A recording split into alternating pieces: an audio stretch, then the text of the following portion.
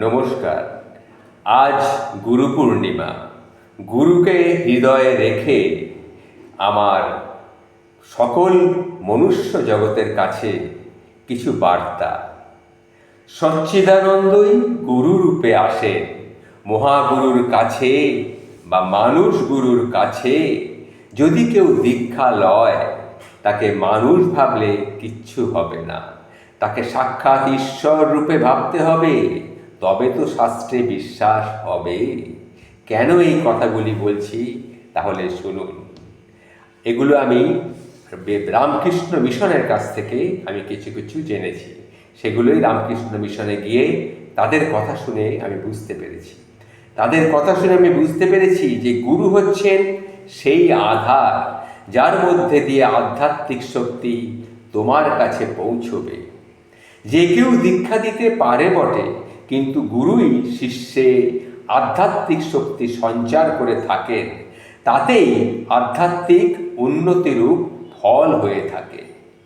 গুরু তার পূর্ব আচার্যদের কাছ থেকে যে মন্ত্র বা ভাব শক্তিময় শব্দ পেয়েছেন, তাই তিনি শিষ্যদের মধ্যে সংক্রমিত করেন।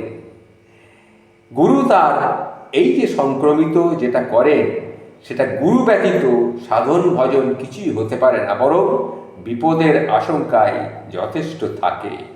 একথা বলে গেছেন স্বামী বিবেকানন্দ। শ্রী রামকৃষ্ণ সঙ্ঘে গুরু পরম্পরার বিশেষত্বটা কি, সেটা তাহলে শুনুন।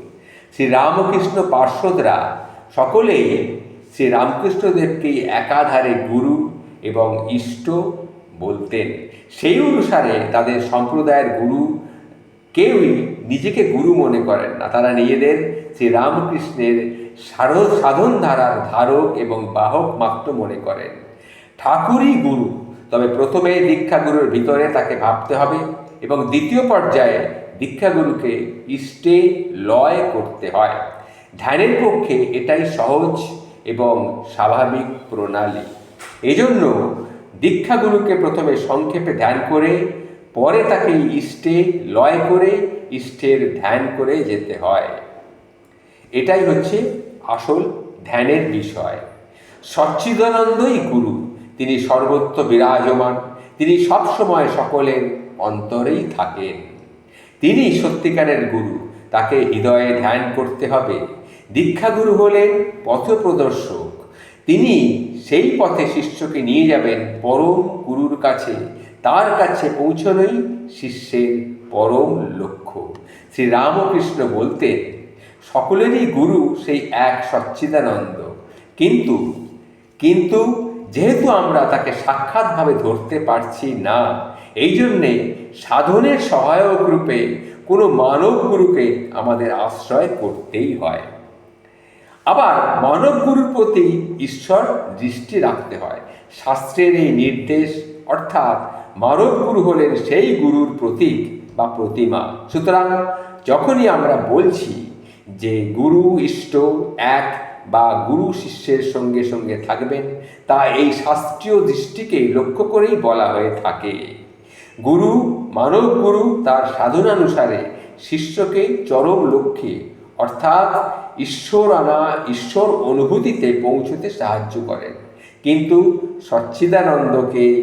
সচ্চিদানন্দ গুরু সাধককে তার স্বরূপ প্রাপ্তির পথে এগিয়ে নিয়ে যান এবং তিনি সাধকের সাধন পথের সর্বদা সঙ্গী এবং পথপ্রদর্শক এবং চরম লক্ষ্য।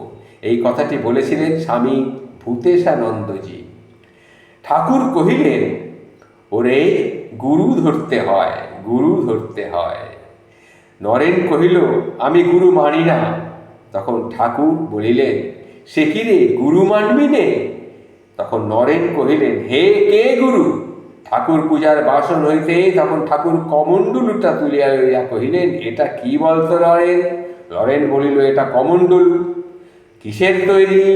কেন, তামার তৈরি। ঠাকুর এবার সহাস্যে হেসে বললেন, তাহলে ভাব নরেন, তাহলে ভাব, তামা থাকলেই হয় না রে, কমণ্ডলু বানাবার জন্যে একটা কামারও লাগে। গুরু হলো সেই কামারটা। গুরু হলো ঘটক, যিনি ভগবানের সঙ্গে ভক্তের মিলন ঘটিয়ে দেয়। আজ গুরু পূর্ণিমা, ঠাকুর শ্রী শ্রী রামকৃষ্ণ পরমহংসদেবের এই কাহিনীটি, নিজ মুখের বলা কথাটি নরেন্দ্রনাথকে আপনাদের সামনে তুলে ধরার আমি একটু ক্ষুদ্র চেষ্টা করলাম। প্রণাম, সকলকে প্রণাম। জয় শ্রী শ্রী ঠাকুর রামকৃষ্ণ পরমহংসদেব। প্রণাম ঠাকুর, প্রণাম।